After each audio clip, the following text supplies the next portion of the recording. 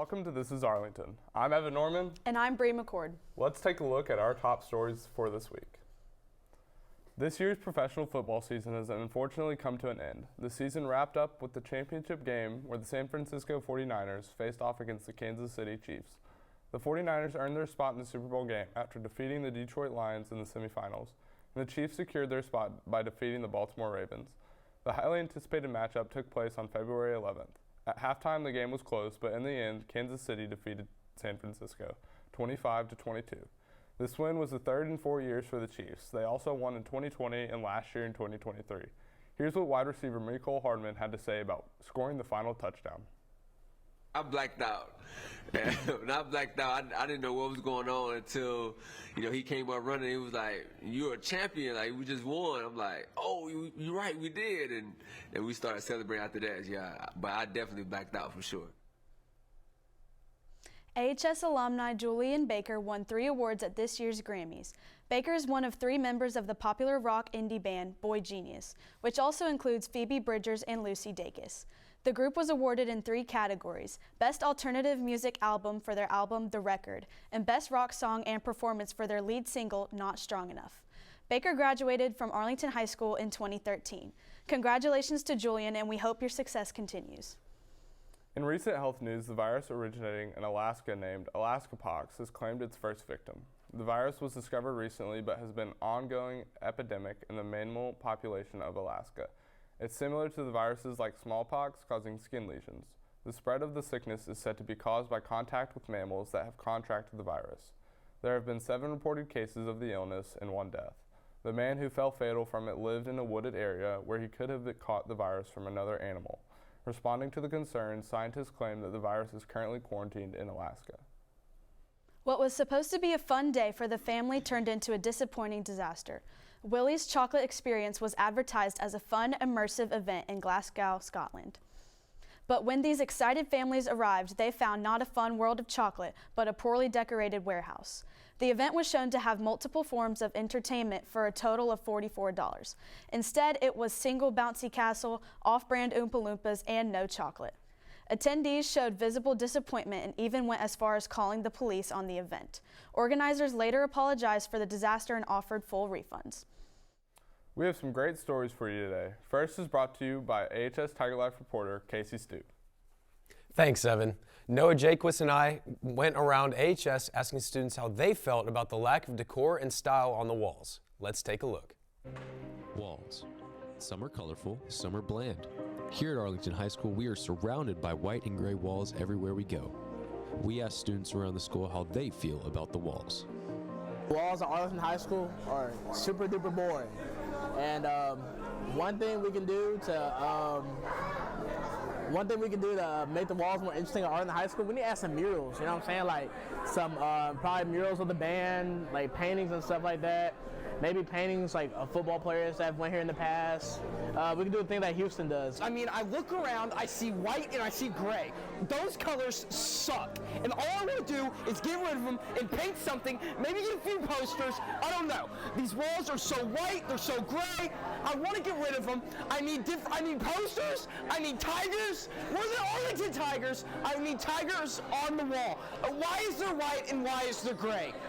Get rid of them before I throw a fit. That's what I think about the walls. Some students even mentioned the outdated posters still hanging on the walls. I've been looking at the same posters for the last 2 months.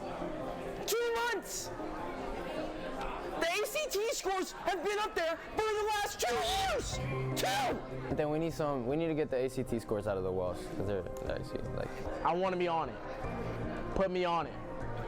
Dear Principal Abraham, dear Arlington Community Schools, dear Jeff Mayo, if you're listening to me, Napoleon Richardson, please put me on the wall. I want to be on the wall. Please put me on the wall with a crown. Please. As you can see, the walls are very plain and boring. What would you like to see done to them? I'm Casey Stoop, reporting for AHS Tiger Life. Here's Tiger Life reporter Noah Jaquist. Thanks, Bree. And hello, Arlington. As you know, Arlington's basketball team is made up of many great players, but let's take a look at one of the many rising stars on our team. The middle school team was very good last year, making it all the way to the regionals. Many of the 8th grade players from last year have come to the high school, and the team has received many amazing new members, with RJ Tate being one of them. RJ's rookie status doesn't make him any less talented, and although it's going to be difficult going up against high schoolers instead of middle schoolers, RJ's up to the challenge. He's putting in the work to help improve the team as a whole, as well as to better himself and hone his skills.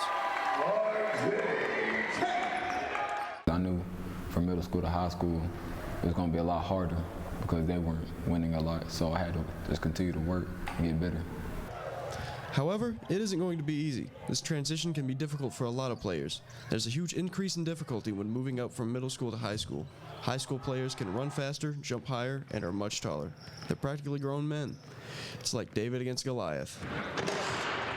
It's a lot more aggressive, like the players are stronger, bigger, faster, and a lot older, so I just got to keep building. RJ is going against all the odds. He's working his hardest to be the very best player he can be and putting in his best to be the best. And with his teammates to look up to, he's got all the motivation he needs to make it to the top.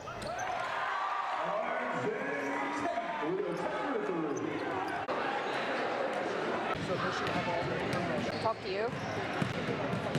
I decided to commentate because I didn't know how to do any of the other jobs. I decided to commentate because me and Nathan just decided it was going to be the most fun out of any of the other positions we had to do. I prepped for commentating by rewatching the basketball tapes. For football, we studied the teams a lot and watched our live streams to make sure we knew everyone, and we had sheets of everything we needed to know. And then for basketball, not as many people play, but we still need to know who they are and what they do for each team. The scariest part leading up to commentating is figuring out what to say and when to say it. Basketball, it's a lot faster pace. Like in football, we got a break every 10 seconds. We had a 10-second break. In basketball, it's non-stop. I'm commentating with Parker, and we commentate pretty well together so far. We get along pretty well. I think it could be a benefit. It'll be different because I'm used to commentating with Nathan, but I think it'll be just as good. Olivia and Parker plan to continue their commentating path and working alongside the AHS Tiger Life live stream. This is Allison reporting for AHS Tiger Life. I'm excited to see what RJ has in store for the next couple of years. He looks like he's got some pretty raw talent. I agree. It looks like the freshman class, especially for basketball, is doing a lot for the team, and I'm excited to see where the team goes in the future. Yeah, for sure. And I think the sports broadcasting side of it, too. I think they've produced a lot of really good sports broadcasters over the past couple of years. Yeah, for sure. I remember last year Jake Stoop was really important in the sports broadcasting era. So he is now at Full Sail College, and he's majoring in sports broadcasting. I think that's really awesome. Yep. And then Roman Cleary, obviously, he's here local in Memphis. He's going to Memphis, and he even has his own radio show, and he talks about basketball, football mainly, and pretty much everything else. Yeah. That's all the time we have for This Is Arlington. Remember to turn on post notifications to find out when we release new episodes. Thanks for watching, and we'll see you next time.